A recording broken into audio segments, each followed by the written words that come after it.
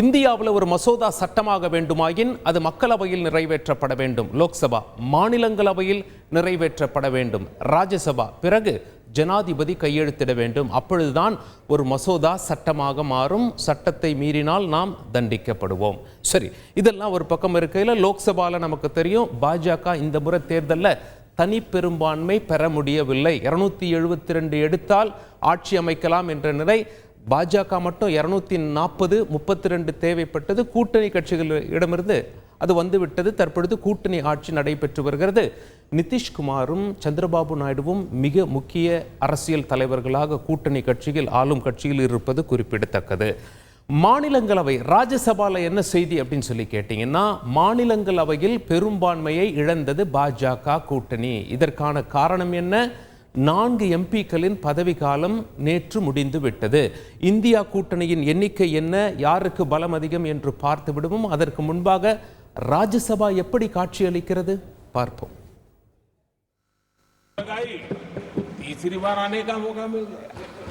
Passed away on 29 February 2024 and steered Tanzania towards growth and prosperity while attempting to land. Dr. Chilima, 2015 and 2021, passed away on 29 February 2024. இது தாங்க ராஜ்யசபா. சாதாரணமாக எத்தனை உறுப்பினர் இருப்பாங்க அப்படின்னு சொல்லி கேட்டிங்கன்னா 245 எம்பிக்கள் இருப்பாங்க. இப்போ எத்தனை காலி இடங்கள் இருக்கு அப்படின்னு சொல்லி கேட்டிங்கன்னா 20 காலி இடங்கள் இருக்கு. அப்போ தற்போது எத்தனை எம்பிக்கள் இருக்கிறார்கள்?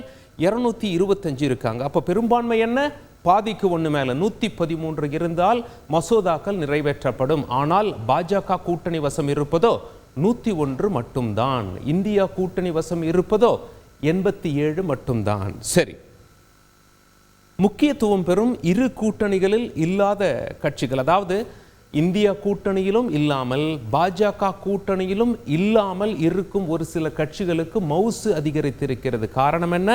பாஜக கூட்டணி அவர்களை நம்பி இருக்கிறது மசோதாக்களை நிறைவேற்ற மாநிலங்களவையில். சரி, யாரை நம்பி இருக்கிறது பாஜக கூட்டணி? பாஜகவிற்கு மேற்கொண்டு மசோதாக்களை மாநிலங்களவையில் நிறைவேற்ற வேண்டுமாயின் 13 தேவைப்படுகிறது. அப்படி பார்க்கும் பொழுது நண்பன் என்று வரும் பொழுது ஜெகன்மோகன் ரெட்டியின் கட்சி ஒய்எஸ்ஆர் காங்கிரஸ் 11 சீட்டுகள் இருக்கிறது. பாரதிய ராஷ்டிரிய சமிதி கேசிஆர் அவர்களுடைய கட்சியில் 4 இருக்கிறது. இது ரெண்டையும் சேர்த்து பார்த்தால் 15 வருகிறது. தேவை 13 தான். மற்றும் சுயேட்சை எம்பிக்களும் இருக்கிறார்கள். ஆகையால மசோதாக்களை சட்டமாக்குவதில் பெரிய சிரமங்கள் இருக்காது. எனினும் கூட்டணியில் இல்லாத கட்சிகளோட ஒத்துழைப்பும் தேவைப்படுகிறது. சரி, ஏற்கனவே நண்பனாக இருந்து இப்பொழுது பிரிந்தவர்கள் யார் யார்? பாஜக கிட்ட இருந்து அதிமுக அவர்கள் 4 எம்பிக்களை வைத்திருக்கிறார்கள். பிஜு ஜனதா தளம் ஒடிசாவில் மாபெரும் தோல்வி அடைஞ்சிருக்காங்க. பாஜக ஆட்சியை பிடிச்சிருக்காங்க. நண்பர்களாக இருந்தவர்கள் எதிரியாக மாறிவிட்டார்கள். பிஜு ஜனதா தளத்துக்கிட்ட 9 சீட் இருக்கிறது. ஆகையால் இந்த ரெண்டுத்தையும் கூட்டினா 13 பாஜகவுக்கு இழப்பு.